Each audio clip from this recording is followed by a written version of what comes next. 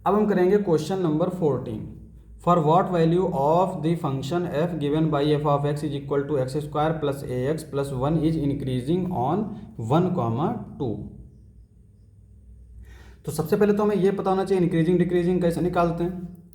F dash x अगर हमारा greater than zero है तो इंक्रीजिंग, एफ डैश एक्स अगर हमारा लेस देन जीरो है तो डिक्रीजिंग।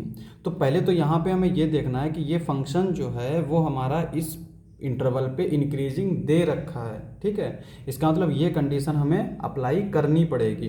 तो सबसे पहले तो हम एफ डैश एक्स निकाल लेते हैं। Solution F dash X is equal to ये क्या आएगा 2x प्लस ए, ये आ जाएगा।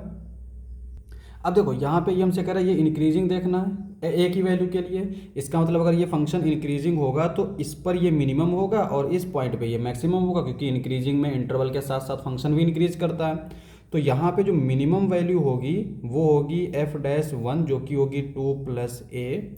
मैक्सिमम वैल्यू जो है वो एफ डैश 2 होगी, वो होगी 4 प्लस ए। ये आ गया।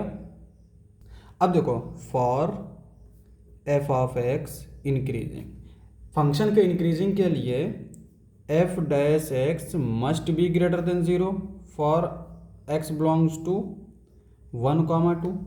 इसके लिए हमेशा होना चाहिए। अब यहाँ पे हमेशा होना चाहिए तो इसका मतलब ये भी ग्रेटर देन जीरो होगा, ये भी ग्रेटर देन जीरो होगा। This implies that F dash 1 greater than zero, F dash 2 greater than zero. अब यहाँ पे अगर एफ डैश 1 जो है वो ग्रेटर देन जीरो है तो इसका मतलब 2 प्लस ए ये ग्रेटर देन जीरो है। सिमिलरली यहाँ पे 4 प्लस ए ग्रेटर देन जीरो है। यहाँ पे 2 राइट साइड में जाएगा तो ये हो जाएगा ए ग्रेटर देन -2, यहाँ पे ए ग्रेटर देन -4, ठीक है। अब चूंकि हमेशा ये ग्रेटर देन जीरो होना चाहिए तो अगर हम ए की कंडीशन ये रखते हैं, मान लो हमने रखा ए इज इक्वल टू क्योंकि देखो -4 है ना, और हमें ये चीज़ कन्फ्यूजन दूर करने के लिए -1, -2, -3, -4, तो राइट साइड वाले नंबर्स जो हैं वो इसके बड़े होंगे, ठीक है।